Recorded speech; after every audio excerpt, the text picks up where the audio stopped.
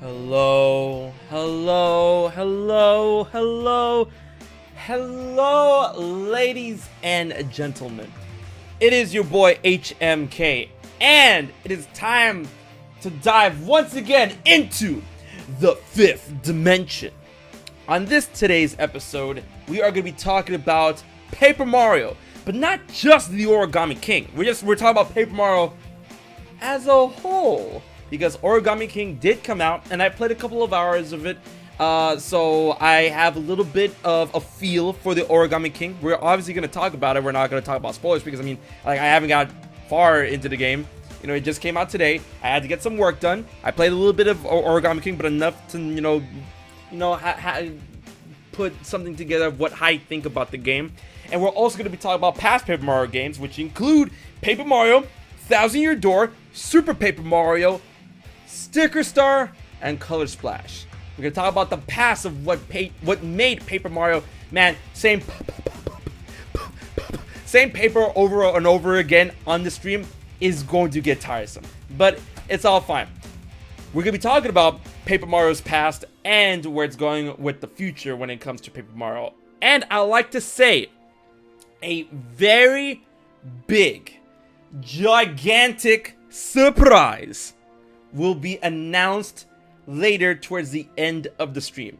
This is a surprise that you guys are not you guys are not gonna want to miss, and I am really excited to share this surprise with you at the end of the stream. I've been sitting on this for like a good minute, I've been so giddy. I'm like, but now I can finally announce it at the end of the stream. So look forward to that. But as we all know, when it comes to the fifth dimension, we need some fifth dimension fuel, some fifth dimensional fuel. Oh god. I want to see if anyone's going to do like a super cut of this, of like, they just compile all the times I say paper in this, like paper, paper, paper, paper, paper, paper, paper, paper, paper, paper, paper, paper, paper, like shit like that. So like, it's gonna be great. Paper Jam does not count. Paper Jam does not count. That's a Mario and Luigi game. We're talking about the Paper Mario games. Now,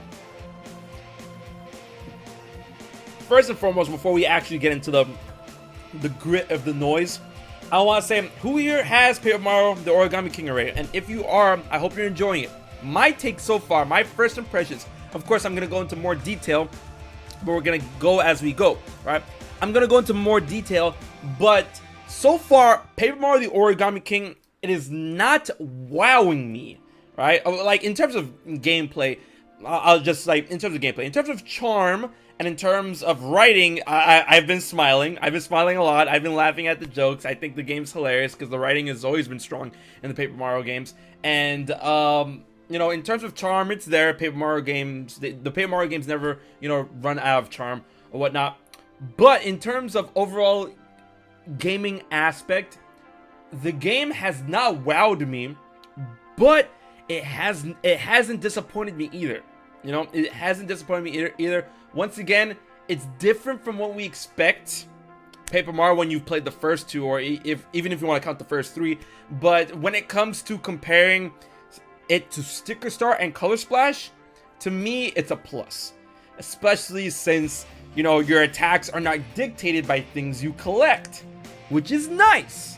They're kind of easing away from that whole shebang, because that was easily, in my opinion, poison for the Paper Mario series, right? But that's what I have to say in the most modest aspect when it comes to Paper Mario and the Origami King. But since we are talking about all things Paper Mario, we have to dive into the past of Paper Mario, and then leading up into where Paper Mario is and where the future could, where the future lies for Paper Mario, right? When it comes to Paper Mario, if you guys haven't played any of the older Paper Mario games, because the Paper Mario series it has become a very old, not a very old series, but it has become a long-standing series within, Nintendo's library of games and whatnot. And it all started with Paper Mario on the N64. However, Paper Mario in itself the whole series, but like Paper Mario 1 and 2 in itself could be seen as a spiritual successor to that of Super Mario RPG, Legend of the Seven Stars, which was a collaborative effort between Nintendo and Squaresoft at the time. But then, you know, they didn't want to create another one. In early development, Paper Mario was basically Super Mario RPG 2. But then, you know, the Intelligent Systems came in and stand-in of Squaresoft. And it became Paper Mario, which at first it was going... I'm pretty sure in Japan it's still called Mario Story. But then overall, the name of Paper Mario just stuck with the overall series, and then Paper Mario is what we got in N64. Now, can I tell you? Now, this is the reason why I give all of the Paper Mario games I give it the college try. I give it the hurrah. I give it the like, oh, we gonna mosey on in, pals. I give it the good try. I give it the try of good faith for each Paper Mario game, because this is a game that is so close, so near and dear to my heart growing up. Paper Mario for the N64 is easily one of my favorite games of all time, right? And you know, I people like to throw rocks at me for this, but I believe Paper Mario 1 is the best. And people be like, no, Thousand Year Door. And I'm like, listen, I'm not taking anything away from Thousand Year Door, but for me, Paper Mario 1 is it. For me, Paper Mario 1 is it, right? So, when it comes to Paper Mario for the N64, it was just so magical. It was such a grand adventure.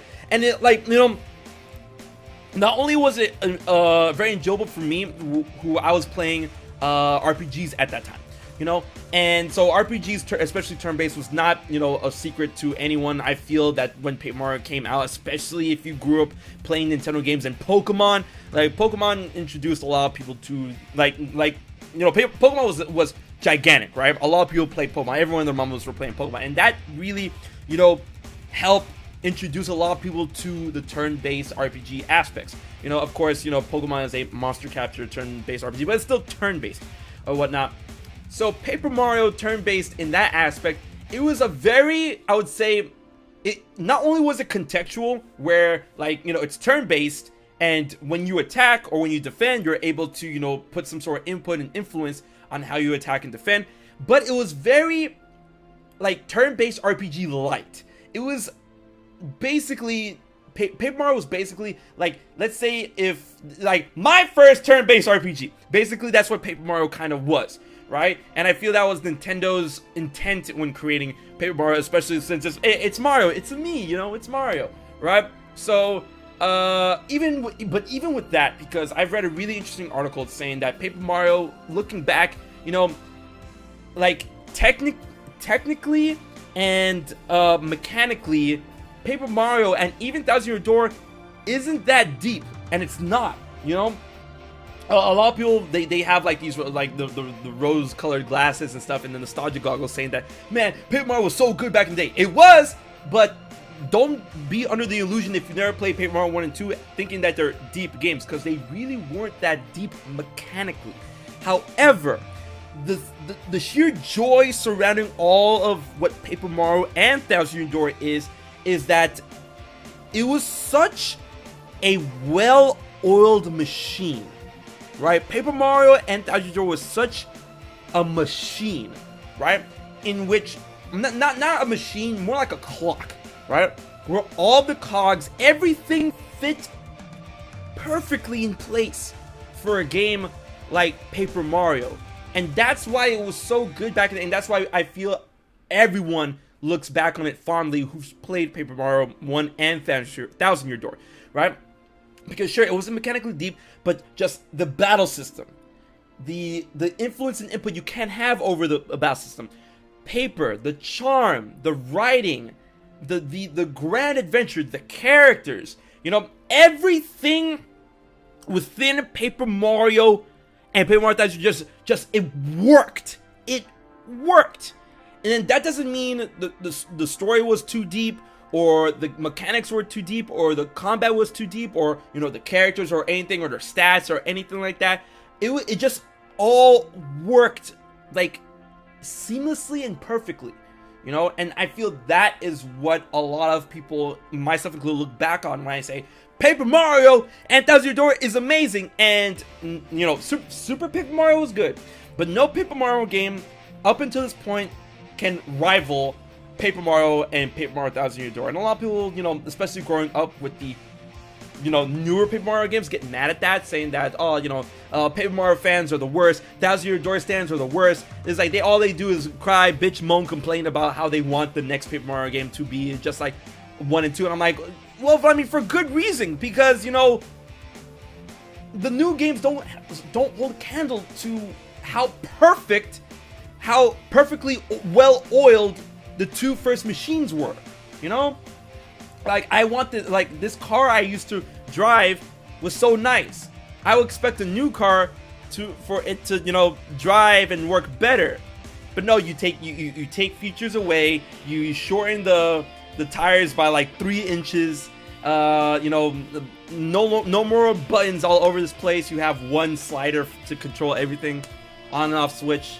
The keys don't turn, like.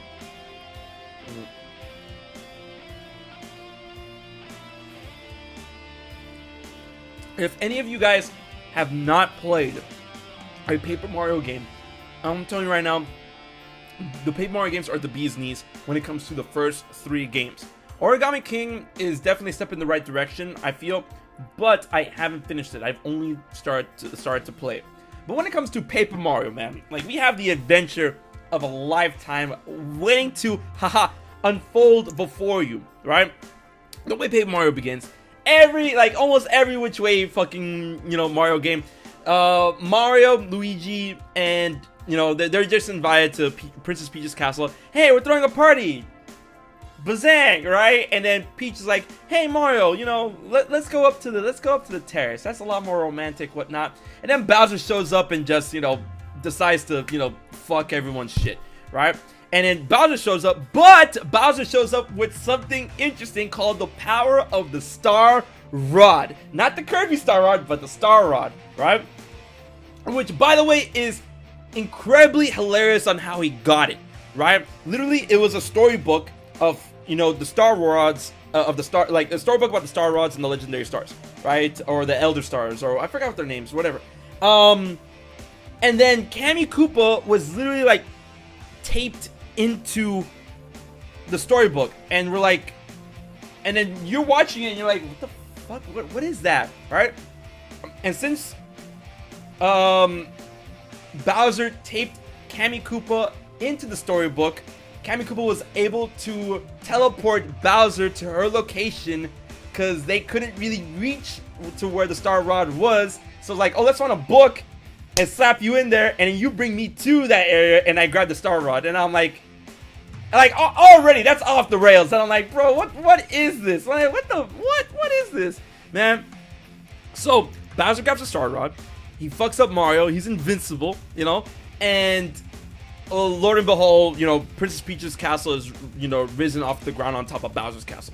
Mario drops to the floor, lands in like the Goomba forest, and man, that's when the adventure begins with Mario and your crew, Gombario, Cooper, Bombette, Bow, yeah, it was Watt, Sushi, Lackluster. Man, you had partners in this game, bro. Like, it was like a straight up RPG light. It was so. And then you go into this vast, awesome world where you would hunt down badges that would dictate your attacks. You level up your badge power, your health power, or your flower power, which basically acted as your MP points. And then the badges that you equipped allow you to do all types of, like, you had a super customizable adventure. And that's something that I feel is lost tremendously in translation after 1000 Year Door, where, like, you know, the character, like Mario as a fighter when you were in playing the games, you know, like you have all these badges that you're able to just go out and customize your character. And I can say my favorite badge in badges in Paper Mario, some busted ass badges. One, quick change, which allows you to change your partner and still attack with them. You always have to run that badge. I don't care who you are. I don't care what run you're doing. As soon as you get to Merlin's house, as soon as you have the super boots, or if you have the ultra boots, you go to Merlin's house, you do the ground pound 3 times, that badge falls from the ceiling, you get that badge, you equip that bad boy, and easy street. Where the sun's always shining. Not a cloud in the sky. So that badge. And then it got renamed in Thousand Year Door. It got renamed to Piercing Blow, right? But in Paper Mario 1, it was D down pound and D down jump, right? Or D down stomp. D down basically meant defense down. And what that meant is that it pierced through enemies' defense, because Paper Mario 1 enemies had defense value. Enemies had defense value, and like you had defense value and attack, and oh my god. And if you did not have enough attack within your hammer or your hammer badges or your boots or your boot badges and whatnot, then you're basically stuck. And unless you have D down pound, which pierces enemy defense, but it got renamed as Piercing Blow in Thousand Year Door. And I'm like, bro, this game is yo. If you never played an RPG in your life, Paper Mario teaches you so much stuff about RPGs in a way that's so digestible. It's like, oh man, I'm learning about defense values. Oh, I'm learning about piercing. Oh man, I'm learning about fire damage. I'm learning about burn. I'm learning about, you know, paralysis. I'm learning about like all this stuff. I'm learning about if evasiveness. I'm learning about evasion upgrades with Cloud 9 like a Lester. Oh, forget about it, bro.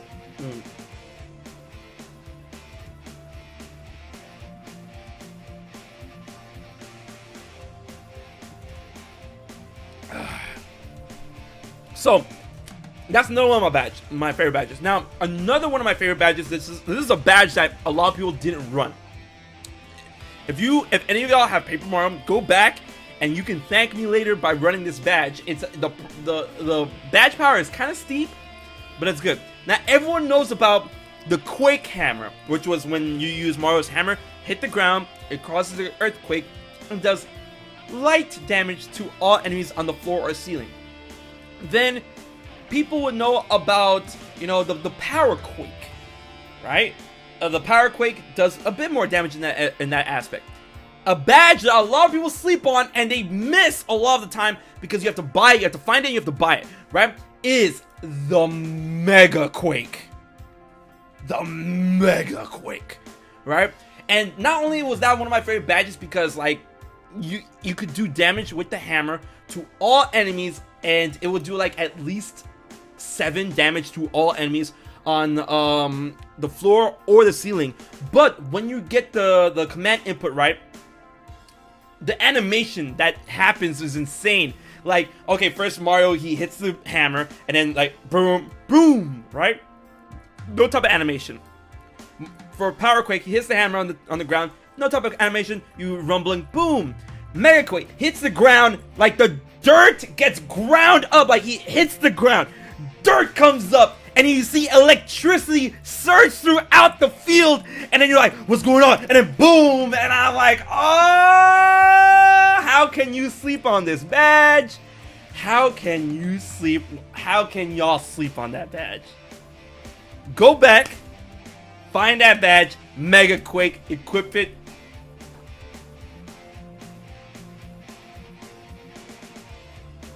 Too good.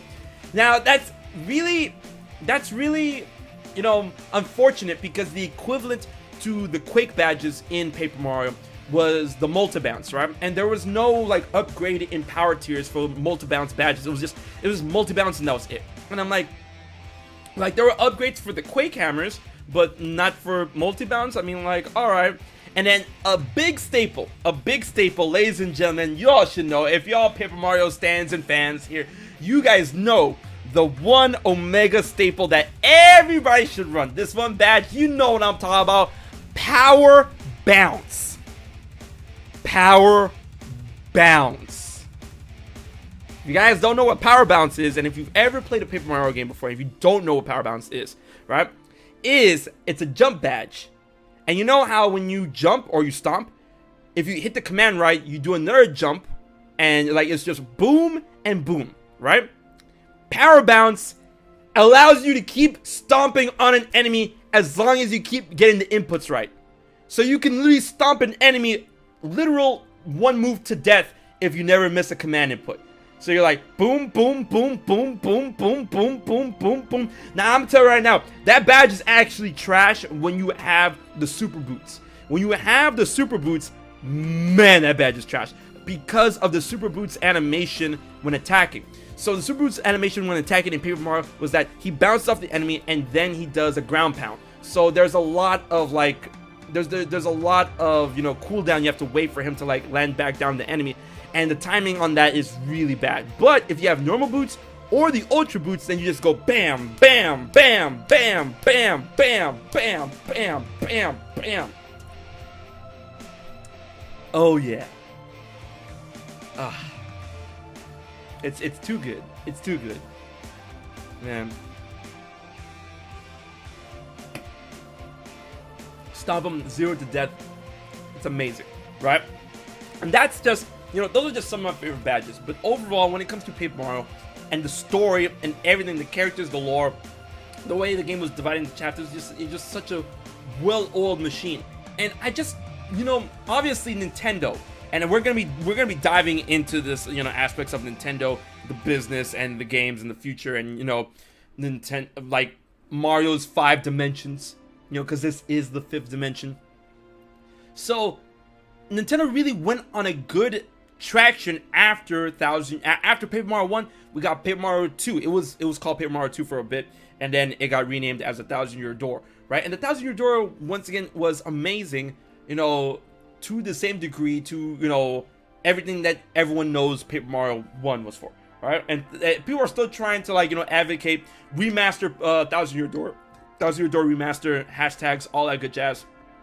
I'm not sure if Nintendo will ever do it because because this is the fact I'm trying to boil down into, is that Nintendo seems so adamant on going back on what they've done with Paper Mario and whatnot. And there was a very interesting interview that came out very recently for Origami King, where obviously the producer said that they want to look for new aspects of gameplay, and that's not something to hold against them, because as a developer, as a video game developer, you know, you would want to look for new gameplay to mess around with. And I'm like, that's fine as long as you don't really particularly sacrifice the gameplay foundation on what made this video game series famous in terms of Paper Mario, right? But at the end of the day, I cannot really blame Nintendo from going into the direction that they did, starting with Sticker Star. It's because as soon, and this is the fact that a lot of people don't like you know, the hard pill to swallow, right? Ever since Paper Mario dropped the traditional style of 2D, well, not really 2D, but I mean like turn-based RPG battle system, the stuff, you know, what Paper Mario 1 and 2 were known for, as soon as Nintendo dropped that aspect from the Paper Mario games, they started selling more. So you guys need to understand that they started selling more, right? And you know, you can't really blame Nintendo for going into a different direction in the 5th dimension when, like, money talks the loudest. Money definitely talks the loudest, guys, and you guys need to, you know, come to terms with that, right? But that still doesn't make it okay in the aspect that, wow, this is what Paper Mario used to be and this is what Paper Mario is now, right? It's just, it's really unfortunate, because after Paper Mario 1, we got 1,000-Year Door, which was on the GameCube, and it, oh man, that game to this day holds up so well in terms graphically, you know, musically, fundamentally, and everything. And that game ran in 60 frames. Oh, it was just, that game was too good. I'm waiting for a randomizer to get made. A randomizer probably exists, but yo, 1,000-Year Door randomizer, that would be too good. That would be too spicy, right? But when it comes to that, we got a new, more like a bigger expanded cast of characters when you compare them to the original game, because we're in a whole new era. We're not in the Mushroom Kingdom anymore. We're in the the new land of Rogueport and all these areas attached to it and whatnot. And we got new partners. We got like I don't want to say Gombella. Like it's not Is it Gombella? Is it Gombella? Like I'm about to. Yeah. Okay. So good. Yeah. I was. Yeah. It was Gombella, Koops, and Madame Flurry. Gombella, Koops, Madame Flurry. The Yoshi. You know, Gonzalez, the great Gonzalez Jr. Vivian, Admiral Bobbery, the boy, Admiral Bobbery. Man, I was sad. I thought he was gonna die, but Bob-ombs don't die. They just come back. They blow up and they come back. Admiral Bobbery, and of course, rounded off with a optional member, Miss Mouse. And man, they all brought something crazy to the table because, you know, obviously we have characters that, you know, I wouldn't say inspired, but are able to do the job of someone similar to characters that came before them in terms of partners, where we have, you know, we have Gombario and Gombella. We have Cooper and we have Koops. And then we have Bombette and we have Admiral Bobbery, right? But even then, they added, you know, I would say different new elements of gameplay to what we were known, what these characters were capable of doing, right? We had Gombella's had the rally wink, where she would sacrifice her turn in order to give Mario a new turn, right? Basically like a dancer in Fire Emblem and whatnot. We had Koops, who had the Dizzy Shell, the Slam Shell, you know, the Shell Slam that was able to pierce. And of course, he was able to give you up your defensive value. And then Admiral Bobbery, who was able to launch mini bombs, and he had the power bomb like very soon. You were able to get the power bomb really soon and whatnot. And I think his ultra move was hold fast, and that was when like he would stay in front of Mario. I think if I remember correctly, he would stand in front of Mario, and then any enemy that would physically attack him to try and get to Mario, he would just blow up on them. And I'm like, that's pretty neat. That's pretty neat. All right.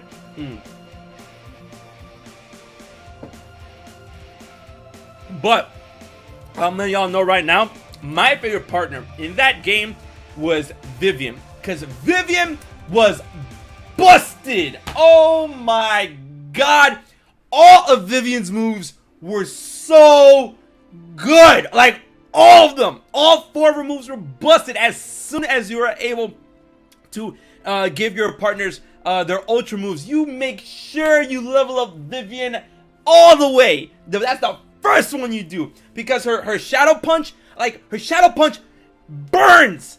And that's her free move. That's her free move. Not only it did a shitload of damage, and it burns. And I'm like,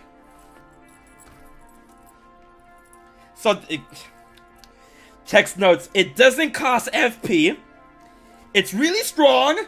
The input is really easy to do, and it burns. And it burns. Busted. And then her second move was basically the same thing of what Bao did to you in Paper Mario 1, where she's able to take you into the shadows and then make you untargetable, and then untargetable. I want to say invincible, but it doesn't matter, because if you're untargetable, you're basically invincible, right? So she makes Mario untargetable for a turn, and then Fiery Jinx. Fiery Jinx, which Fiery Jinx should have been her ultimate move, but it's not. It's the third move she gets, so it's the one before her ultimate move, right? Fiery Jinx. You put in the inputs right, hits all enemies, shitload of damage, and burns them. And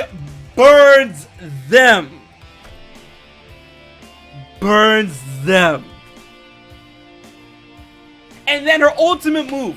A lot of people actually sleep on her ultimate move. The confusing smooch. I forgot the name of it, but the confusing smooch, where if you time it right, she blows a kiss to all enemies on the field, right? And it has a lower FP cost than Fiery Jinx. So I mean, like, that's an alternative to use. It confuses all enemies on the field. And the confusion hit rate on that move is actually really high. So people were like constantly sleeping. I was like, why would I do that when I could just do Fiery Jinx? Which is, you got me there. It's not a bad choice, you know. But a lot of people, they sleep on the confusion smooch thing. Infatuation, yeah. They sleep on infatuation. I'm like, bro, you be sleeping on that move? Ooh, man. Vivian was easily like miles the best partner in Thousand Year Door. Miles by miles. And I love her story arc too. She's a great character. Right? I like all of the partners are great. Yo, literally our son. Literally our son. The great Gonzalez Jr. Literally our son. We got ourselves a baby Yoshi as a partner that had a mohawk. Now, alright, that could have a mohawk because I'm pretty sure some color variations change up his hairstyle. But Godzuki. Oh my god, that was our little Godzuki, man. That dude is busted too, cause his not his ultimate move, but the one before that, he was able to lay eggs and throw eggs that were able to shrink enemies. And Thousand Year Door tell you about shrink, and I'm like, oh, dude, this game was too good. And then we gotta talk about the fuck shit that the Shadow Queen. Spoilers. The Shadow Queen was a pretty tough boss fight. You know, that, man, like, can I tell you this? The Paper Mario games are actually, there is one thing that has been consistent in all the Paper Mario games, and I'm like, bro, okay, that's a W. That's a big dub, right? The Paper Mario games, although they're RPG lights, the Paper Mario games endgame bosses are actually, they are no pushovers. They're, whoo, man. Oh man, like Bowser in Paper Mario 1, the Shadow Queen in Thousand Year Door, Super Dimentio in Super Paper Mario. Oh man, Sparkling King Bowser in Sticker Star, Colorful King Bowser in Color Splash. I don't even know, man. The final boss in Origami King must be like, woo. But man, the bosses were actually pretty wild. And the Shadow Queen as a boss was crazy. The Shadow Queen as a boss was too wild, because not only you had to deal with Shadow Queen Peach, but and she had 99 health, right? That's the amount of health that Bowser had in Paper Mario 1. So I'm like, 99 health, no biggie, right? Yeah, it's no big deal, right? So you take her down, and then the Shadow Queen comes out of Princess Peach's body, and she has 200 health, and I'm like,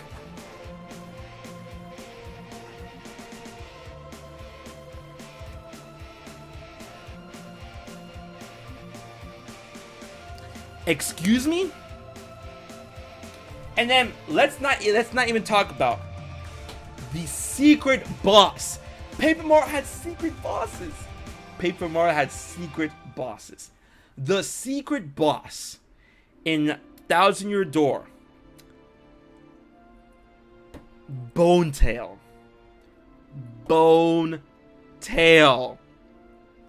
That dude was insane! Oh my god! He had 300 health, and he had 300 health, and in order to get to him, you had to get to the bottom of the pit of 100 trials. You had to get to the bottom of that, and so you have to beat all these other enemies first, and then you get to Bonetail. And then you get to Bonetail, and this motherfucker has 300 health, and every attack, almost every attack he does to you not only does an insane amount of damage, but it also gives you a status element. And I'm like,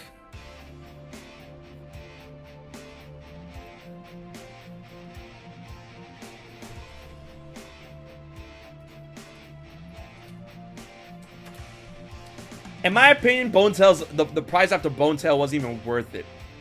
All right, my bad. Bonetail only has 200 HP, but my point still stands. My point still stands. All right, my point still stands.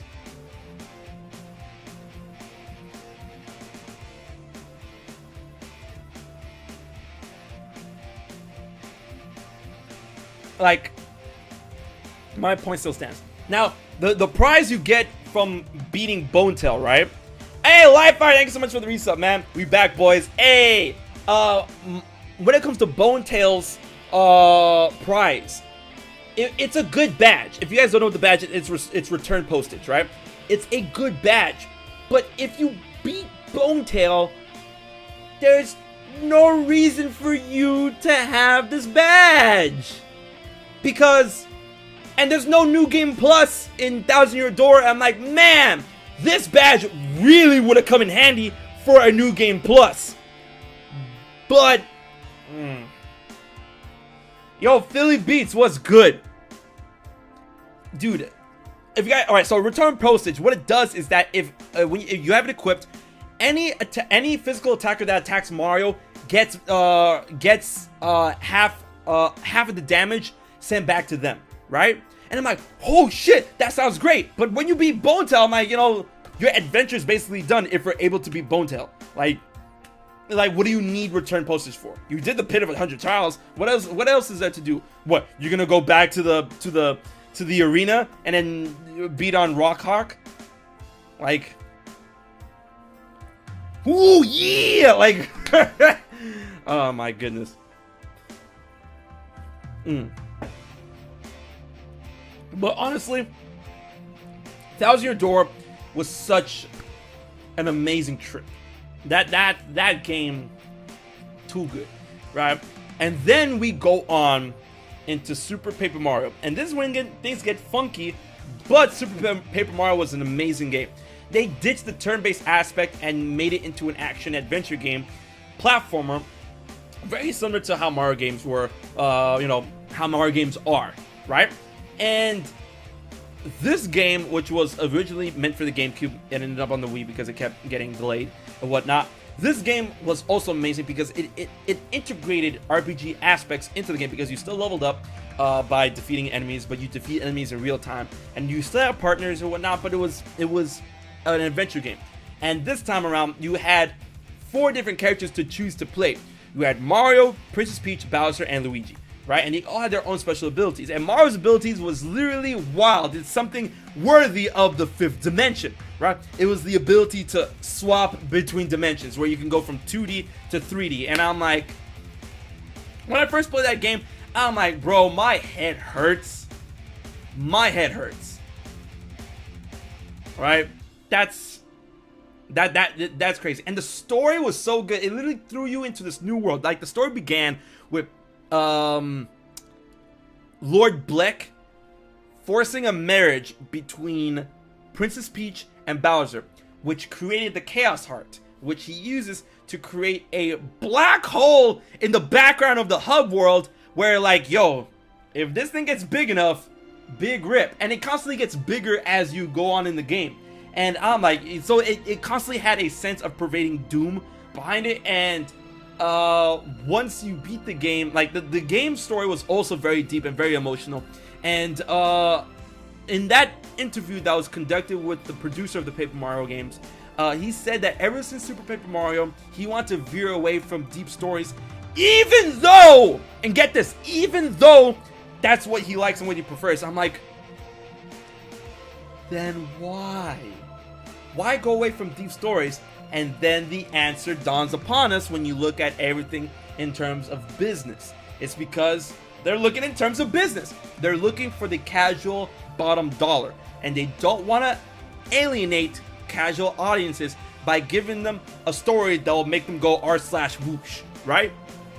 And that's basically, you know, the read between the lines reason on why they want to veer away from more deep storylines. Because as soon as we got to Sticker Star, man, that's what storyline? Oh, we're here at the Sticker Festival. Okay, Bowser's bad again. Alright, there's 5 glittering sticker, no, like 5, 6, whatever the fuck. You know, I played that game only twice. I'm never playing it again. There's this many sticker crowns. Go get them. Okay, but where's the story? Go get them. Princess Peach's future is in your hands. Go get them. And then you go to Color Splash, and then you find out, yo, okay, so where's the story? A lot of the color of the world has been dried up thanks to the lack of, you know, the paint stars. And I'm like, okay, where's the story? Bowser fucked up everything by fucking up the paint stars. Alright, go get the paint stars. Okay, boys, go get the paint stars. Go get them. Good luck. Go get those paint stars. You got this. You got this, man. I'm rooting for you. So, when we think about that, and then go back to Paper Mario games like Paper Mario 1, 2, and Super Paper Mario, they had very deep storylines, right? Paper Mario was definitely the most tame out of the 3, but still had a great storyline because, you know, of course, it deals with like, oh, haha, you know, Bowser steals Peach, rescue Peach. But then you think about the whole thing is like, oh, Bowser also has the Star Rod, which is something that powers the wishes of everyone who decides to wish upon a star, and you gotta get it back. But in stealing the Star Rod, he also flung, you know, the Elder Stars to the far corners of the world and trapped them in cards, right? And if you don't get all this back, then, you know, stars or wishes will no longer come true and whatnot, and the hope of the world, the hope of the universe will be dried up. And this is all thanks to Bowser, and you have to restore order. So it's not only about getting Peach back, it's about restoring order. The order of things, restoring the light of hope of everyone who decides to wish upon a star, right? That's Paper Mario 1! Like, that's Paper Mario 1, right? Paper Mario 2, the 1,000-Year Door. Peach sent me a map. Okay, what's this map to? Where's Princess Peach? I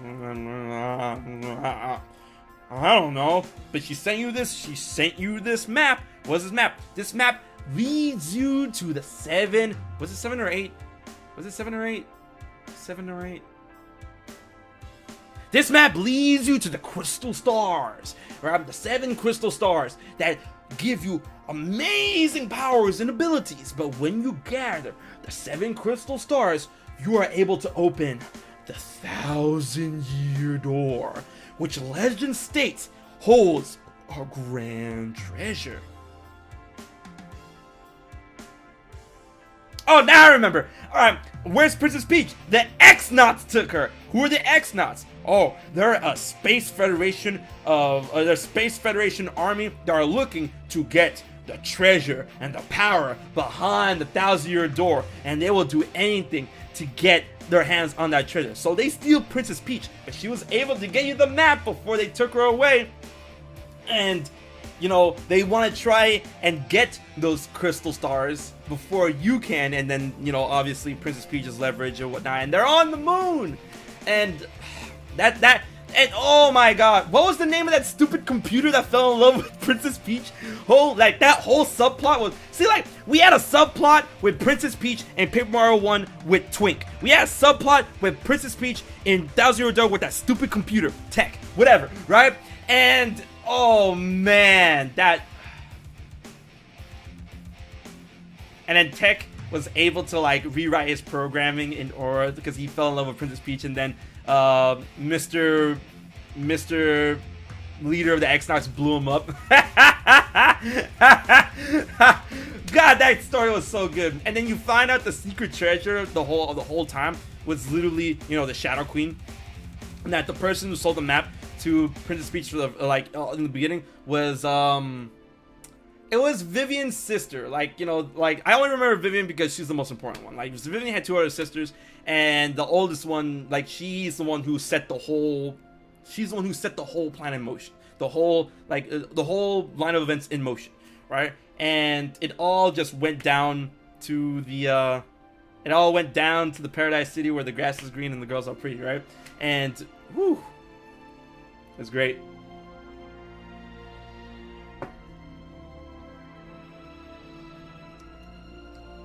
Beldam. Yeah, Beldam. Whatever her name is.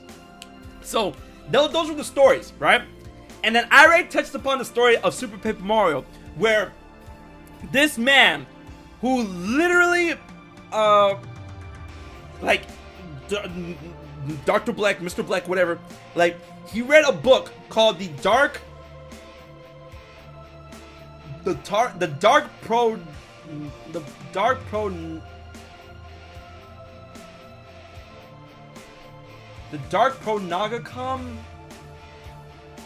Whatever, it's some, like, it's Paper Mario. They always come up with some weird names. Anyways, this Book of Doom, right? Doom. And he read this book, and in the book foretold, like, oh, if you marry someone from the light and the darkness, they create a chaos heart, and then you're able to make a black hole and whatnot. And man, yeah, man, I don't even know how to pronounce that, bro. Like, ugh, it's crazy. So, when it comes to him reading that book, it told him how to, like, you know, make a black hole to destroy everything. And the reason why he wants to destroy everything is because he went crazy because he fell in love with this girl named Timpani, right? But Timpani, and then, like, this is Shakespearean story that has been told since the ends of the earth. I am from status. I am from, you know, I am from luxury. I'm from status. I have a son. And the son falls in love with some poor peasant, right? And the son's like, I don't care for my riches. I don't care for my status. I love her, father. And then she's like, no son of mine is going to marry this peasant. So he came between Black, who his original name was, like, I forgot what his original name was. It started with a B as well, right? And, like, they got driven apart thanks to the dad. And I'm pretty sure the dad, like, you know, kidnapped Timpani and, like, put her away. And then, you know, a domino effect happened where Dr. Black thought that Blumiere, there you go, Blumiere. Blumiere thought that Timpani had died, and then he went crazy, and Dr. Black, he became Dr. Black, or Mr. Black, Count Black. Why am I saying Dr. Black? Why did y'all help me? Why? Alright, what do you call it? Count Black, right? So, Count Black went crazy. He's like, man, if I can have what I want in this world, no one can. And he decided to destroy the world because, you know, like, dang, like, everything was, like, taken away from him.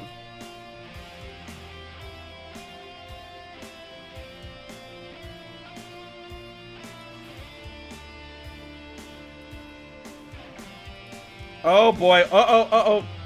Wait.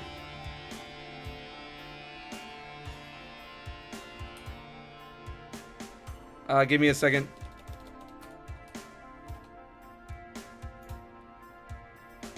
I got you, bro.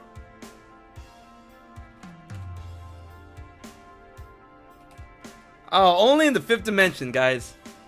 Only in the 5th dimension. So the world was gonna end, and like that's the story. You have to stop the world from ending, and then you find out more about the lore behind Blumiere and Timpani, and then you find out the partner character that you were rolling with the whole time, who is Tippy, was really Timpani the whole time. And then boom, like, whew, boom. Yo, my bad, Dark Keyblade, my bad.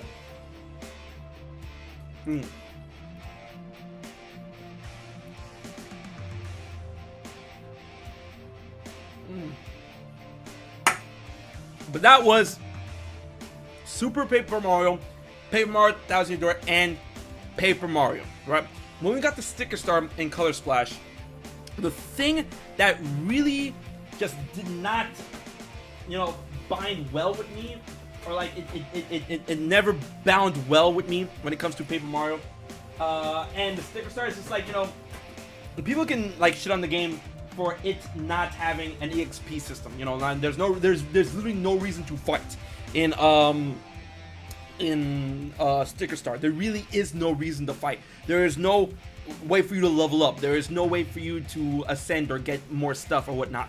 And that combined with the fact that the attack actions you had to find in the overworld in terms of stickers. A sticker is your attack, right? In Sticker Star. And I'm like, what is this direction, right? And that combined with the fact of with things, and yet you have a limited like sticker book, things and no partners. Just like, whoa, what is this game? And the world was segmented into course areas.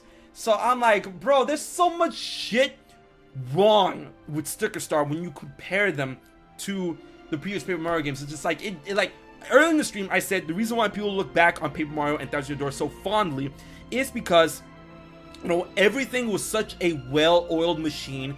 It didn't have to be mechanically deep, or like, you know, because Paper Mario 1 and 2 were never mechanically deep. But everything, like the charm, the story, the music, the characters, the aesthetic, the gameplay, everything just worked perfectly in symbiosis. It was such a well-oiled machine, right? And then you get Sticker Star, and so many things are wrong, and so many things are so clunky and wrong with Sticker Star. And just like, bro, what is this game? Like, and I had to finish it twice, right? And that game was such a mess. That is the best way for me to describe it. It's a mess. But can I tell you right now, something that burns me up about Sticker Star is Sticker Star actually has godlike music. Sticker Star actually had godlike music. Like, ugh. I can't believe it. Right? And that burns me up. But you know, the only things I give in terms of a plus when it comes to Sticker Star is that the music was godlike. And I've said this before on stream in a previous episode on the 5th Dimension. If you guys remember when I was with Nintendo Black Crisis, we were talking about Breath of the Wild 2 and how Breath of the Wild 2 needs a great final boss. One thing that Sticker Star did better than Breath of the Wild, quote me on this, and this is how I am speaking to you through my third eye in the 5th Dimension. Sticker Star knew how to do a final stretch boss immensely better than Breath of the Wild, right? Dark Beast Ganon was hands down one of the worst final stretch, home stretch bosses I've ever encountered. And I'm like, bro, how do you have such a strong game like Breath of the Wild and fumble at this point? How? Right? How? So, like, oh, you get on horseback, and Dark Beast Ganon. Oh, wow, the biggest Ganon we've ever seen. This looks like it's gonna be an awesome boss fight. Here, here's the light bow and arrow. Hit him.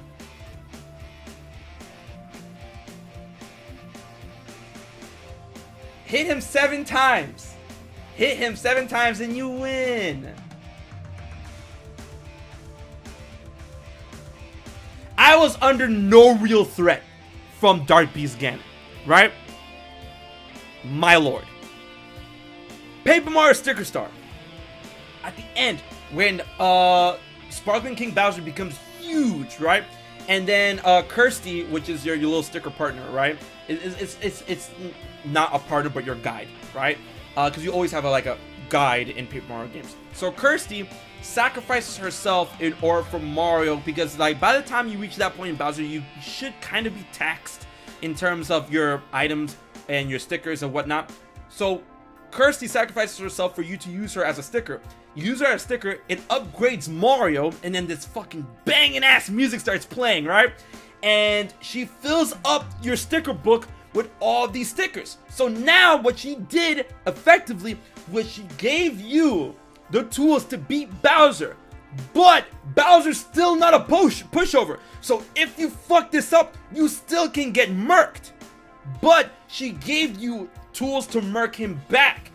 That is how you do a final stretch boss. Like, the threat is still there, but this is obviously developed in mind for me to beat the shit out of him. You provide me with the tools to beat the shit out of him, but he can still fight back. It's like, yo, fight back! Fight back!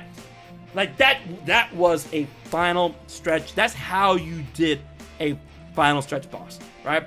Dark Beast Ganon was just like...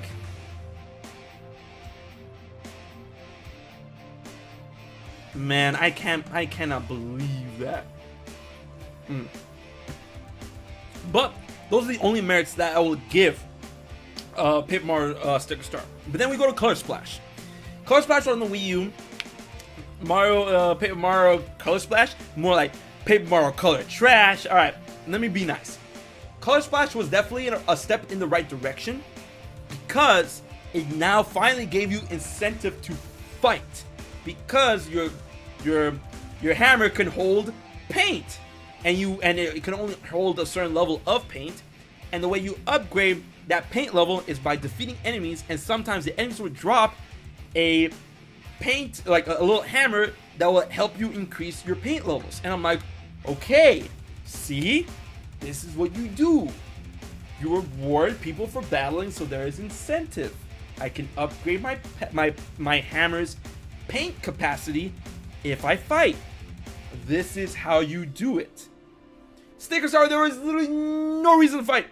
The only times you would fight is if you get ambushed, or when you have to fight a boss, right? In Color Splash, it gave me reason to fight, and the writing behind that game was so good. The writing was really good in that game. I laughed a couple times, and I'm telling you right now, I laughed a bunch of times in Origami King, like in the beginning. I'm still in the beginning of the game, right? So, like, one of my favorite things is that, like, yo, Luigi is crusty. Luigi is so crusty, right? First, we grow up to Princess Peach's castle on Luigi's Mario Kart, right? His go-kart. And then I get off, and Luigi's like, hey, Mario, wait for me a little bit, bro. I'm gonna go park the cart. I don't want to tip the valet, right? And I'm like, damn, Luigi, you gonna be like that? You're gonna be like that? You're not gonna contribute to the Toad economy? You're gonna be like that, right? We get into the castle, right? And the castle door locks behind us, right? And Luigi turns like, oh, I don't like that. I don't like that. He's opening the door, and he's like, no problem, bro. I got this. Whenever things like this happen, all we gotta do is find Mario. Right, Mario? Oh, wait. And I'm like, you fucking dumbass. Oh, my God. I love Luigi. Like the look in his face was just like, oh. Fuck. Oh, my God.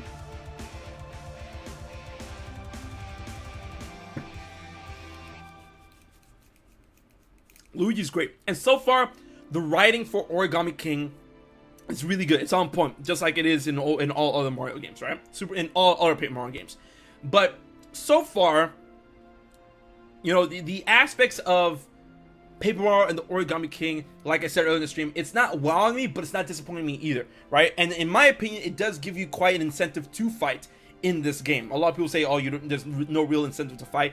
I disagree, but for those who don't want to partake in Origami King, I understand, because Paper Mario has definitely been veered off the path that we know it for.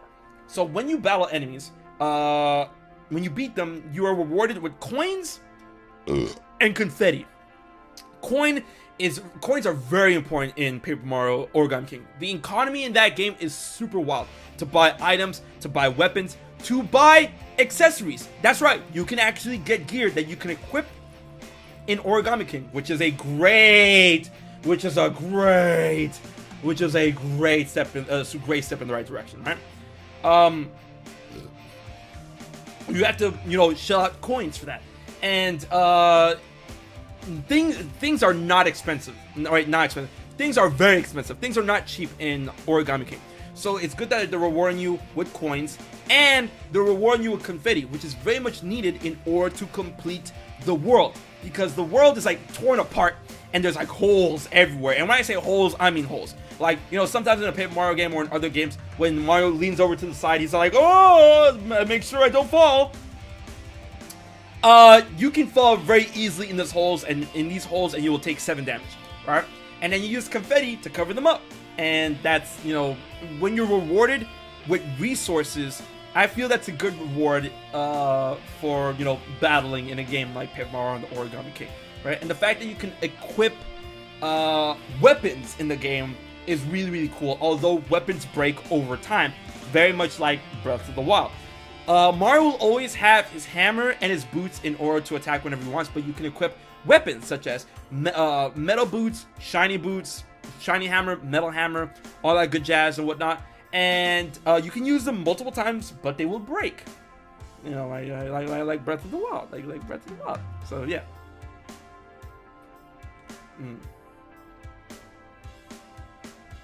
But man,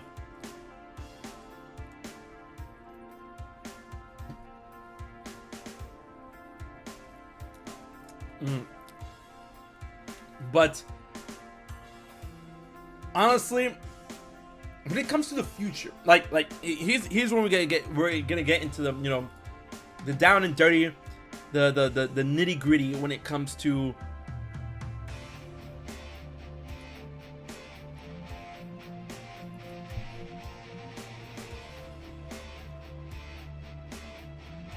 hold on. I'm trying. I got something got brought to my attention.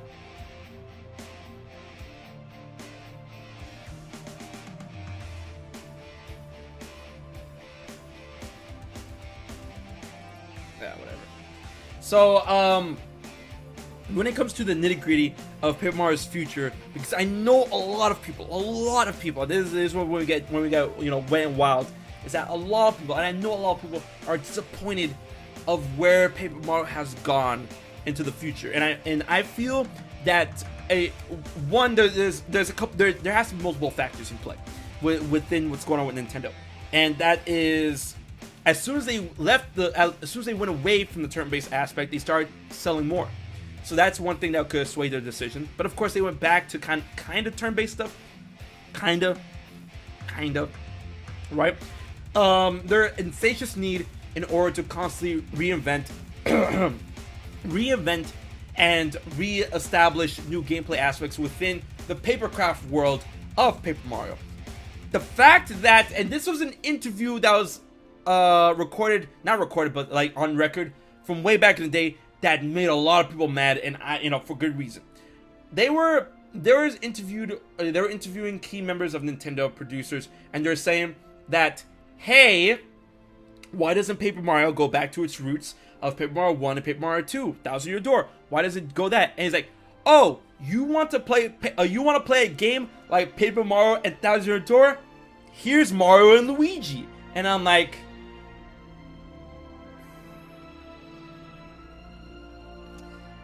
dang,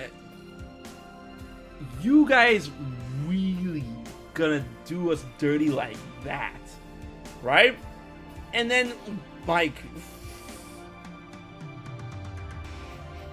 that was not nice, right? Because, you know, people don't want, like I feel that was such a really big disconnect with the fan base between Nintendo and like communication between Nintendo and its fan base, and you know, very much similar to how like a very similar situation is when Combo Fiend said something about Marvel vs. Capcom Infinite, where they were saying things like, oh, why isn't Magneto in the game? Where's Dr. Doom? Where's the X-Men, right?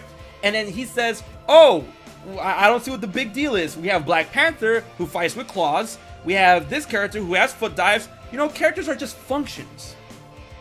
And if you have a character that does the function, then I don't see what the big deal is. And I'm like, and we're like, are you really that tone deaf? Like, we want to play this character because we want to play this character. We want to play Paper Mario because we want to play Paper Mario, right? I get it.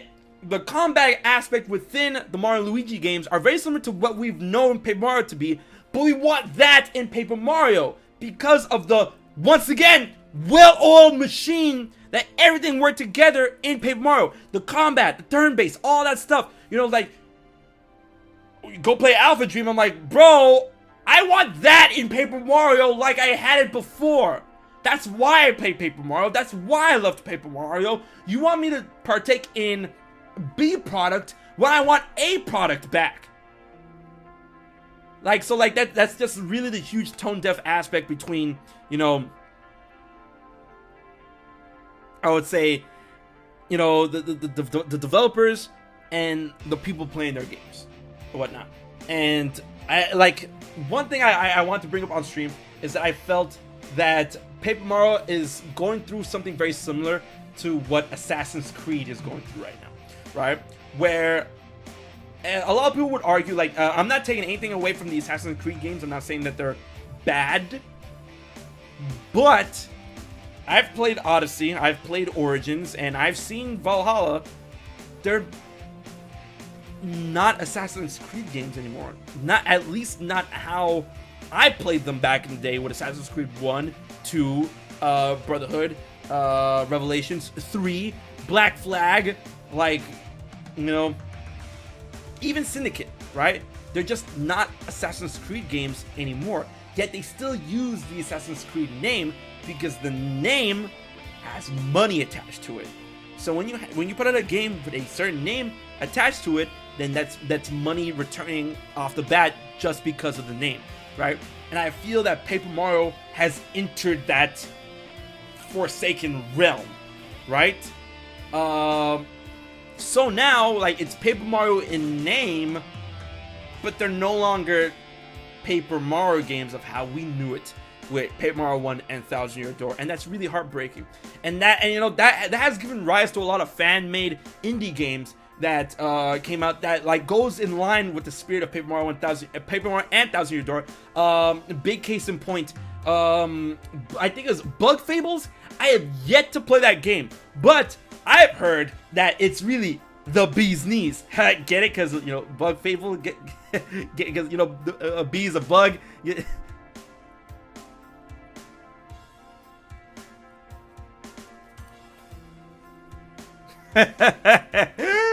Oh my god.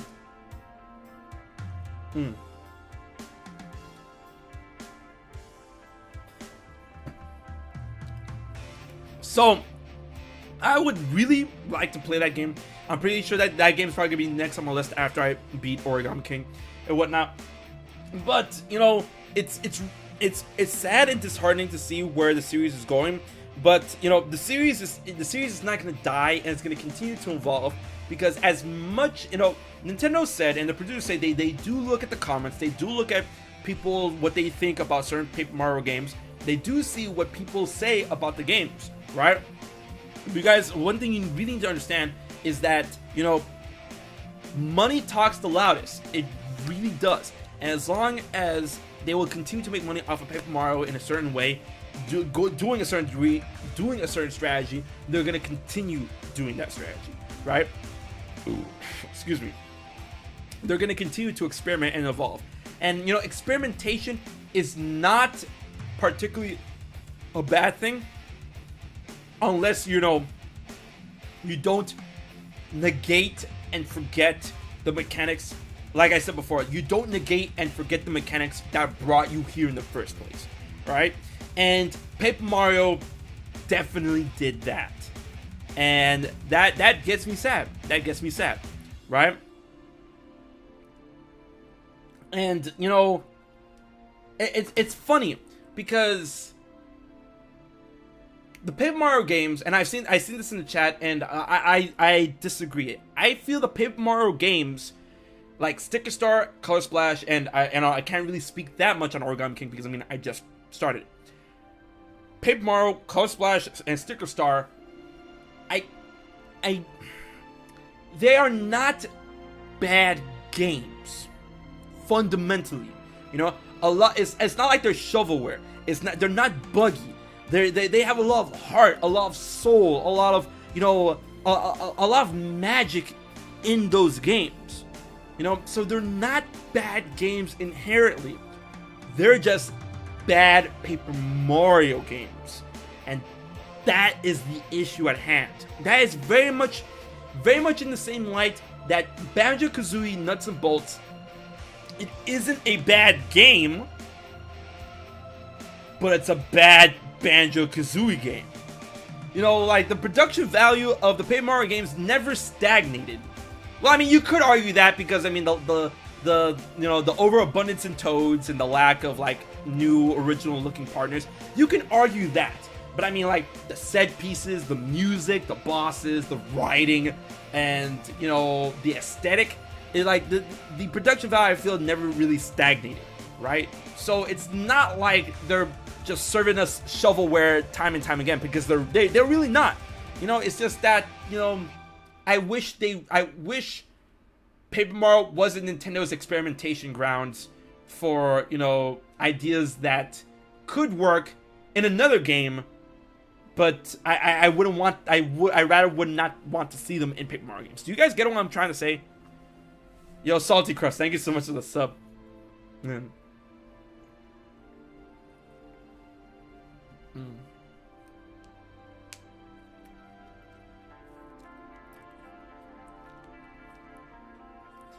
Man.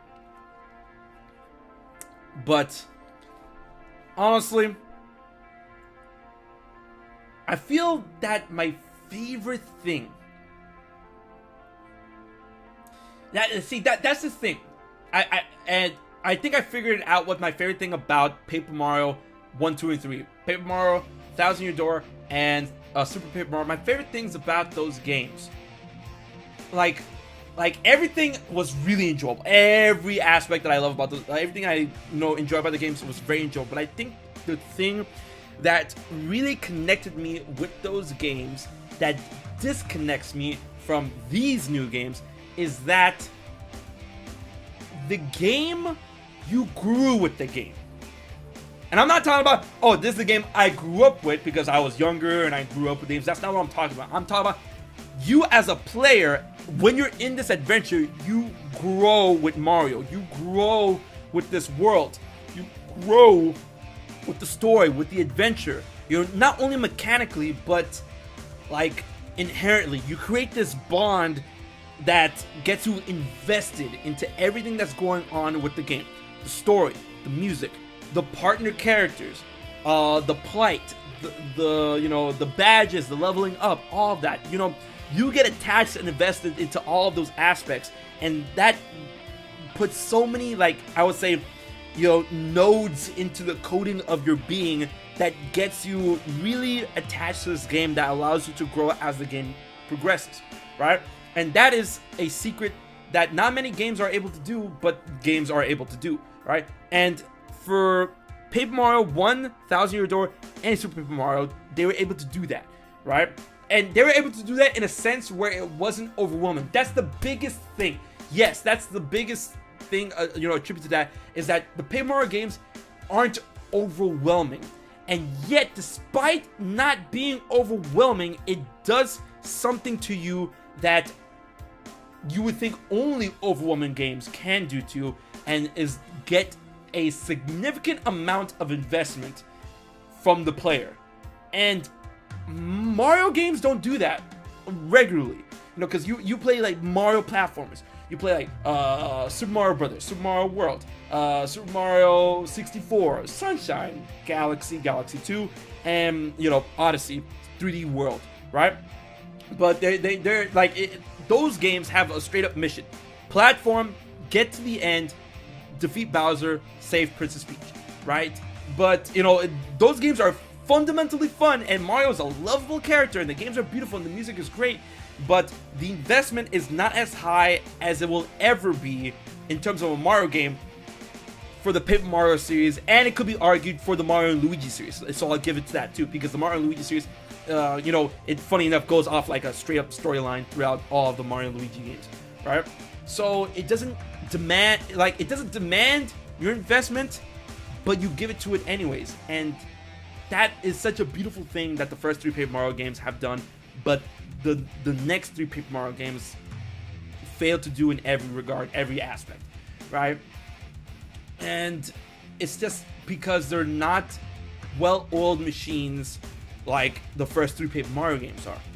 And I feel that's the main reason why people who play the first 3 just don't connect with these games, because, like, once again, they're not demanding but since they're not demanding, and since they don't, you know, work all these aspects like in one true sense, they don't get your investment.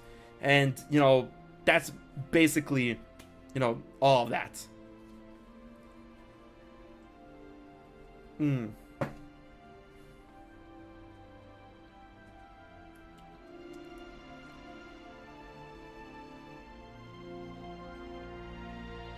But honestly, I hope that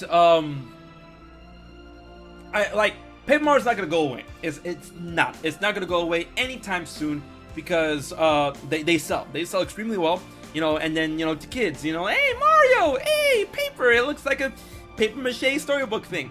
And that's another edge of the sword of why, you know, they're going down this direction, is because, you know, like you guys need to understand, kids are such a lucrative market. You know, if you're able to sell something to a kid, you're in, right? And the Paper Mario games have sold well, will continue to sell well. And something like the Nintendo Switch, the install base is already there. You know, kids see this as a tablet, and kids love tablets. You know, they see Mario, they love Mario, they point at it. You know, it's not a demanding game that requires a lot of brain power from a child. You know, they grab it, the parents give them the Switch, they go, they play it, and that's gonna create lots of sales. And that's something also really sad when thinking about it, and that's like, you know, a truth that we're gonna have to deal with when it comes to certain products are just not, like, as products get older and then you get more iterations of a product within a lineup of products, it becomes apparent that at one point, it could be possible, that product is no longer made for you, right? It becomes a product that's no longer made for you. And that's something that I feel is happening to Paper Mario, and I feel that's something that's happening, or has already happened, to Pokemon, right? It's just no longer a product made for the people that put it on the map. And, you know, it's not wrong for businesses to, you know, go online with that thought, because they have to look for the bottom dollar. They have to look for the next generation. They have to look for, you know, all that. But, you know, that's what it is. It is what it is, you know.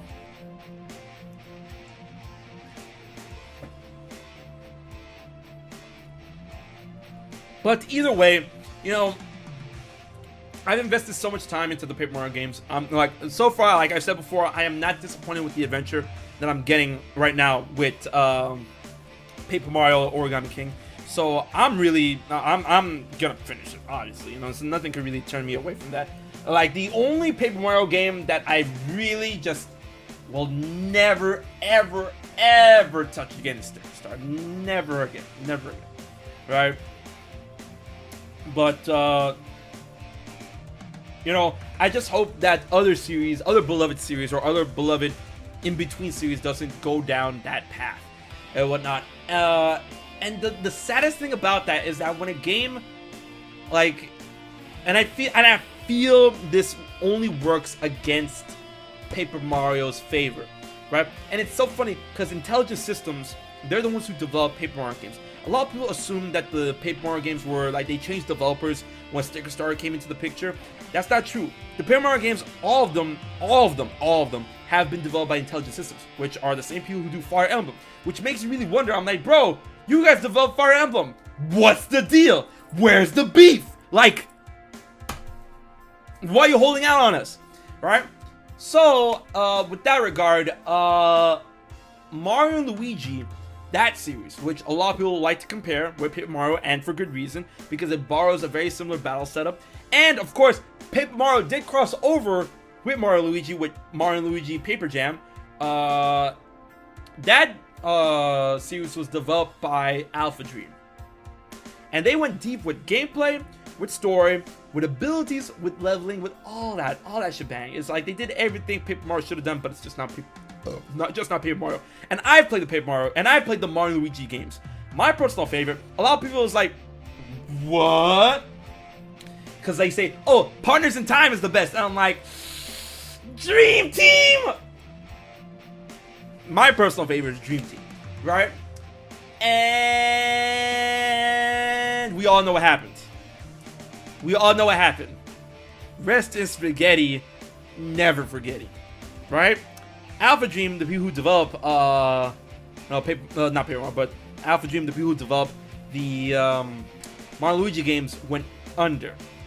Now, it's still unknown to me because I did not follow up on that. I'm like, man, big rip. I did not follow up if the employees of Alpha Dream were either, I don't know if they were assimilated into Nintendo or they were assimilated into Intelligent Systems or they are able to find work. I hope they found work, but you know, honestly, with the main developer of the Mario and Luigi games on ice, it seems that, you know, Mario and Luigi could be on ice.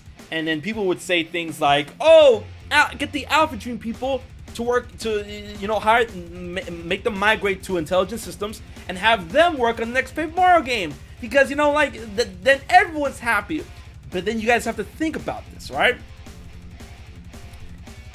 If the company that was making the Mario Luigi games in the style that we are clamoring for Paper Mario, if they went under, what kind of signal of fate do you think that sends to Nintendo? Just think about that. Just think about that. What kind of signal of fate does that tell to Nintendo? Nintendo looks at that situation like, no. Paper Mario is probably never going to be an RPG like it was in Paper Mario or Thousand Year Door ever again. That literally could have been the final nail in the coffin. You know.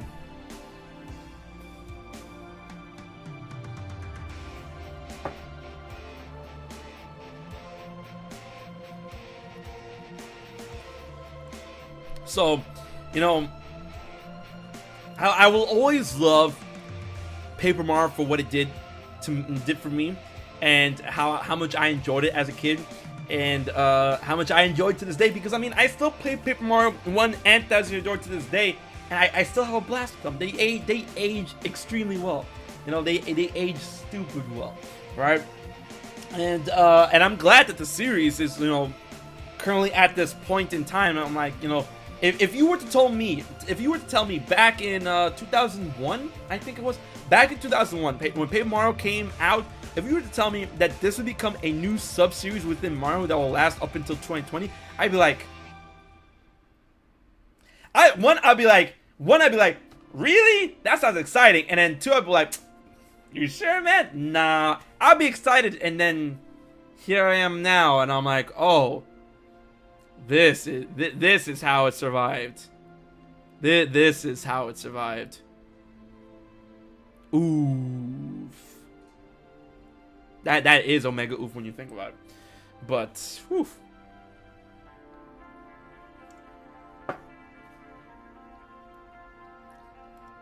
And to that degree, when I was reading that interview with Nintendo, when they said that they were no longer, like, it was really weird how they were saying it. They were no longer allowed to modify existing Mario characters for Paper Mario games. And I want to take that as, are you saying you can't modify the characters as in like what you do with partners? Because obviously they're like you have a Koopa Troopa and you give him a blue shell and a scarf and you got Koops. Hey, cool, awesome. You have a Goomba, a younger Goomba, give him a hat, Goombario. All right, man, yeah. You have Bombette.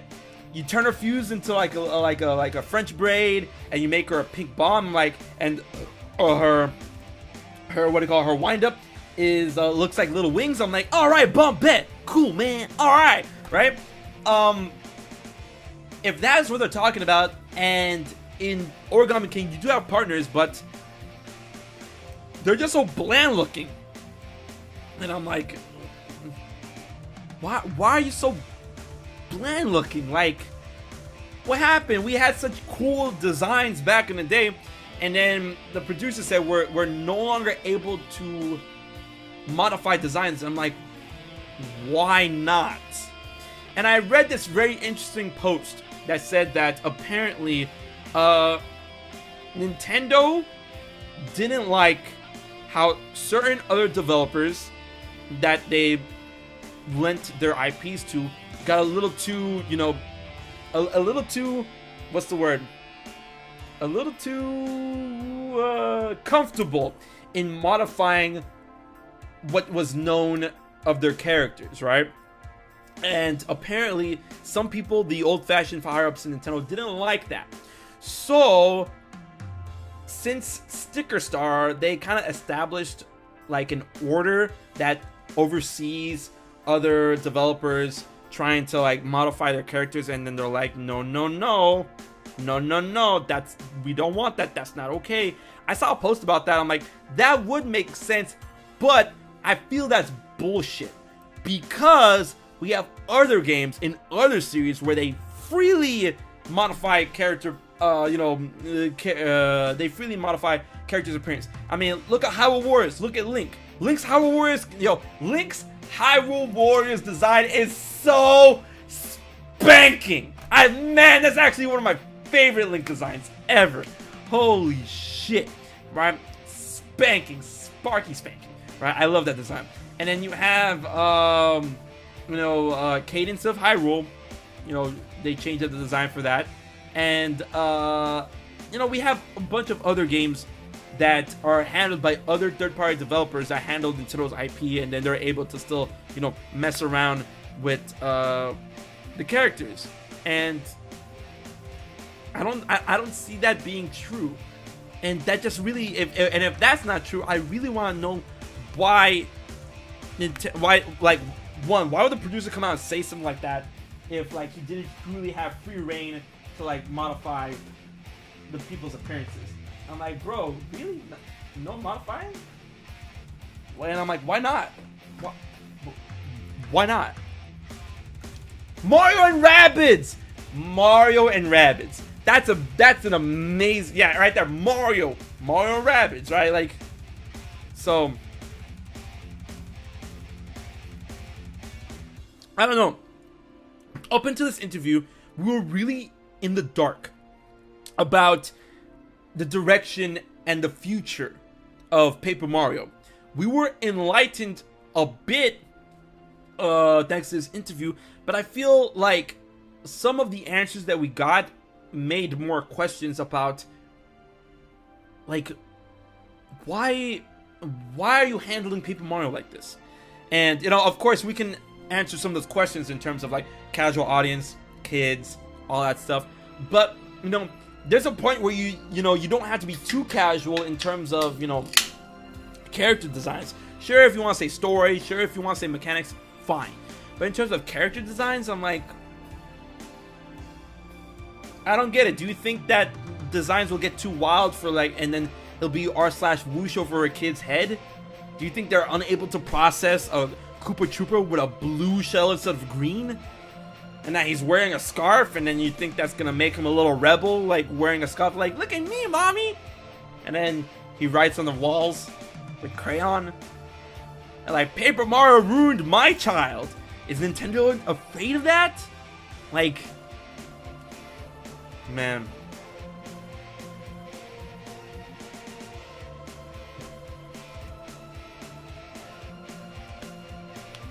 I feel that, when you compare the writing for Paper Mario games such as Sticker Star, Color Splash, and Origami King, when you compare writing from those games to the games of Paper Mario, Thousand Year Door, and Super Paper Mario, it's a lot more, I would say, it's a lot more meme-worthy, it's a lot more aware in the writing of the prior two games, and then that creates a lot more for comedy and whatnot. The Paper Mario games, the writing in the first three games, it took itself kind of a little too seriously, but not too much, but it took itself serious enough for Paper Mario, for what Paper Mario is, right? The Sticker Star, Color Splash, and Origami King does not take itself seriously, right? So I feel like all of the creative juices that would have went into like every other aspect of Paper Mario when it comes to mechanics, character design, all that stuff, all that creative juices just got like straight up like funneled and shot straight into the writing. And I'm like, damn, this is where you like when it comes to developing a game, you have so much, I would say resources, and your creativity resource just straight up just got slammed into the writing for, you know, Sticker Star, Color Splash, and Origami King. And I'm like, this is where all your creativity went? I'm like, alright, man, okay, don't mind me. Like, shit. And, you know, it's not unheard of for video game developers to basically assume the intelligence of who their market audience, of who they want their market audience to be, right? Because if you assume differently, then you get people either not understanding your game or interpreting it differently from what it was meant to be interpreted, right? And that is a slippery slope that developers and publishers and producers do not want, especially when they're dealing with the possible audience of children, right? When you're dealing with like a game like, you know, throwing out there, you know, people's like, oh, Kingdom Hearts is a kid thing. Kingdom Hearts all ages, bro. And if you guys already know me and the story of Kingdom Hearts, bro, that story goes deep. And Nomura does not play games with how deep the story is. And man, like he's like, the intelligence of children playing my games, ha, the Disney worlds are for you, right? So he really, I feel he really is, when Nomura creates his games in terms of writing the Kingdom Hearts games, he gives the benefit of the doubt to the intelligence of the player playing it in terms of grasping the story. So that's why he feels that he can be very, you know, liberating and very wild with the Kingdom Hearts story, right? That's not the same thing with other games. And, you know, when you take a game like The Legend of Zelda, which of course is not, you know, The Legend of Zelda can get dark, like very like straight up medieval war dark, right? And Nintendo understands this, so they're able to craft any type of story or lore within every game that would be able to appreciate the intelligence of those who interpret it correctly. And, you know, series like Zelda and Kingdom Hearts don't have to really worry about that, because their main target audience isn't children, although it's made up of, you know, who plays a lot of kids play video games, right? And then when it comes to video games, a good chunk of the money when it comes to video games are kids.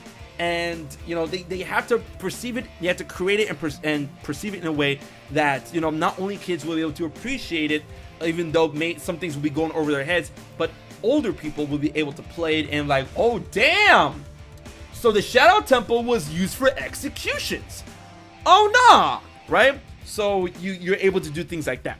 When it comes to a game like Paper Mario, of where it's going right now, I feel Nintendo and the producers want to assume that their main corner market for those games now are children, so they don't want to overwhelm them with anything too out there, right? For like, they don't give any huge thing for them to interpret it in one way or another. Just like, here's meme, it's meme, I'm saying it's meme. Like when you find a bunch of Goombas and then you save them, the Goombas are like, all right guys, dang, Mario had to save us, we had to take an L on that one, boys, let's mosey, right? And they just roll out, and I'm like, okay, well, how are you gonna interpret that? The only way I can interpret that is, you know, they took an L, let's mosey. And then kids are like, ha ha ha, they said L, they took an L, ha ha, like in Fortnite.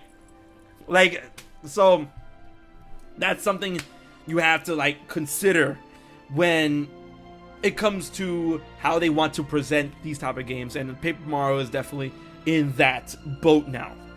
So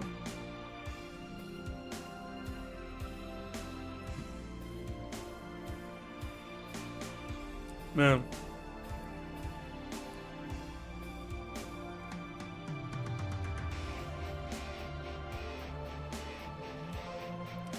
but like, I'm very conflicted. I am extremely conflicted on where the Paper Mario series is going to be going from here. Because, well, I mean, like, going from the Origami King, and, you know, that really begs the question, because, one, the future of Paper Mario, how long will we have to wait for the next Paper Mario game? And even if I have to ask that question, would you guys even be looking forward to that? You know, it's really whoosh up in the air, right? And then, since Nintendo is really, you know, messing around you know, with the concept of DLC more than ever, that really makes you wonder, will Paper Mario and the Origami King have any type of DLC in terms of anything like story related, in terms of like, you know, things you can give to Mario, expansions or whatnot. You know, the game seems to be a very expansive game in its own right, and you know, they gave Luigi's Mansion 3 DLC, although none of it was story DLC, it was multiplayer DLC, which I got none of it. But Fire Emblem Three Houses got some pretty substantial story DLC. So did Breath of the Wild. So did Xenoblade Chronicles 2. And, you know, Xenoblade Chronicles Definitive Edition released with, I like to call it DLC, because, you know, basically, like, Future Connected, that's like DLC, but it was DLC for free. Like, you know, like, because it comes with the game, like, Xenoblade is such a good game! I hope you guys are really, I hope you guys are looking forward, because I have 2 Xenoblade videos coming up. I want to do Xenoblade content. Like, Xenoblade. Splatoon 2. That's a good one. Oh my god. It's so good.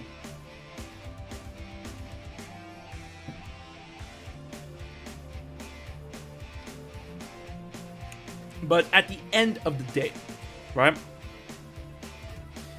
Future Connect was so good. I just wish it was a bit longer. Yo, same. I 100%ed Future Connected. I 100%ed it. Like, I'm done with it.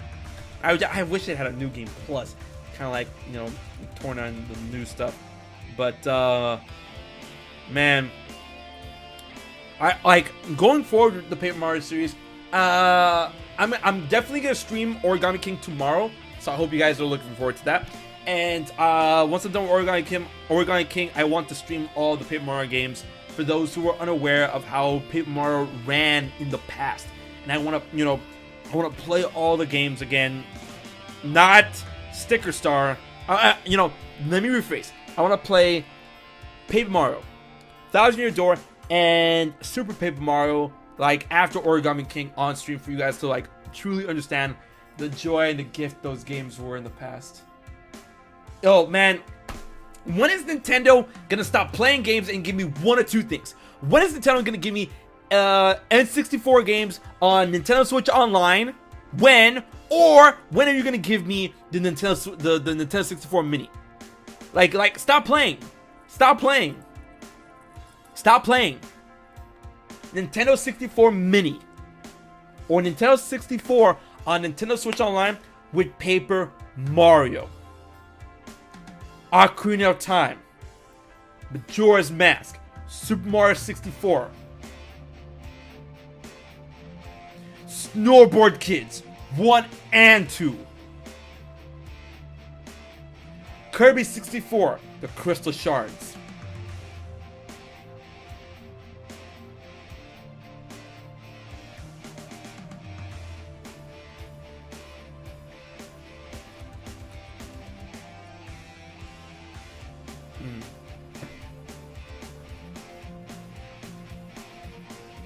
But yeah, Mario Golf, Mischief Makers, Goemon, I remember that game. Mario Party, well, no, Mario Party 2 and 3. One was a mistake. Glover, Star Fox 64. Too good. Now, I'm going to make a tweet. A very special tweet. It is almost that time for big announcement.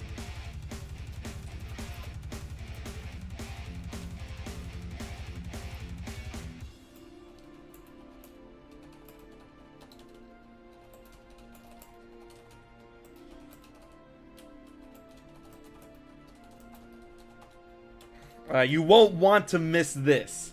The huge announcement is coming. The huge announcement is gonna happen at 9:45. So 5 minutes from now, all right? The 5 minutes are now. The gigantic announcement, the thing you've all been waiting for, is happening. It's happening very soon. I hope you guys are excited as I am for this gigantic announcement. It's an announcement that I know is not gonna disappoint, because you're like, oh, I've been hyping this up for like 2 days. Like, oh, what could it be? What could it be? It's gonna happen at 9:45. So we still got 5 more minutes for me to talk about what's going on with Paper Mario. But you know, honestly, I finished Xenoblade Chronicles Definitive Edition and Future Connected. Now I have to go back to the main story because there is a lot for me to do, because that game is gigantic. And there's a lot of side quests for me to do. I'm still not done rebuilding Colony 6, so that's a huge thing. But since I was able to beat the main story and beat Future Connected, it gave me the time to play Origami King. And now I find myself very, like, invested in Origami King. Like, I'm itching to play that game again now, since, we're streaming the 5th dimension. But I'm like, okay, when it's over, it's Paper Mario time. Well, I mean, not really, because I have to sub the VOD for this, but I'm like, yeah. But, I'm really, like, I'm really, like, God, like, the best way to say what's going on with Paper Mario is just, like, I'm so conflicted, and I'm sad that I'm conflicted on a game that meant so much to me from the beginning. Right, it's not. Now I don't want to put words in anyone's mouth saying that, like, oh, like, how hard is it to create a Paper Mario game like the first? Because that would be ignorant, and that would be, unfair to the people who develop, the Paper Mario games from Intelligent Systems and from Nintendo. But I mean, like, it's what's going on that allows me to get this thought process and whatnot. But man,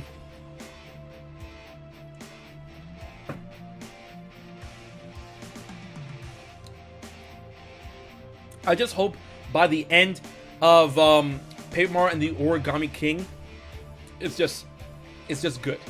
I just hope that my overall experience is good, because Sticker Star was just like, it was not it. But Color Splash was definitely leaning in the right direction. Color Splash for me, Stick Star for me, I give a straight up like 5 out of 10, 4 out of 10, 5 out of 10, right? And then Color Splash, I give it just like a straight up, like a low 7, like a straight up like solid 7 out of 10. I didn't hate the adventure, but I wasn't super enamored with it. Origami King, for me, it seems really, really strong going for it, really strong. All right. Now, and that was my piece when it comes to Paper Mario and the Origami King, right? And guys, a gigantic announcement is going to be made. It's going to be made at 9:45 on the dot. We're 2 minutes away from the big, huge announcement. And I'm telling you right now, this is a spicy announcement. And this is an announcement that I had to create something super nice, super clean for you guys to know this announcement, right? And no, it's not the 6th dimension, but it is something that deals with the 5th dimension. And this is something that I am so glad that I was able to put together for you guys, and it's just so great. And I cannot wait. It is almost time. I'm gonna go ahead and lower the music. Where is it? All right. Where's the music on this thing? I wasted years. All right. The music is settled. We're about to get in. Are you guys ready to enter a deep portion, a deep, dark portion of the 5th dimension? I don't know if you guys are ready for it. It's really special. Here we go. Announcement time for the next episode of The Fifth Dimension. You cannot control what you are not aware of. It's our 13th member. This world is just too small.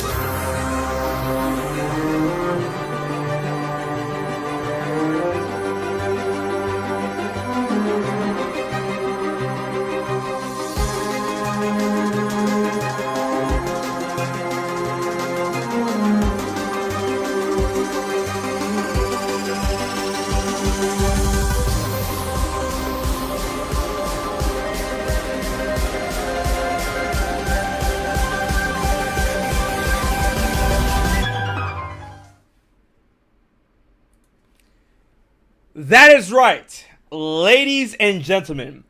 For the 13th episode of The Fifth Dimension, we are going to be diving directly into the darkness. The 13th episode of The Fifth Dimension, landing within the 7th month of the year. Ladies and gentlemen, next week on The Fifth Dimension, we welcome young Xehanort himself, Benjamin Diskin.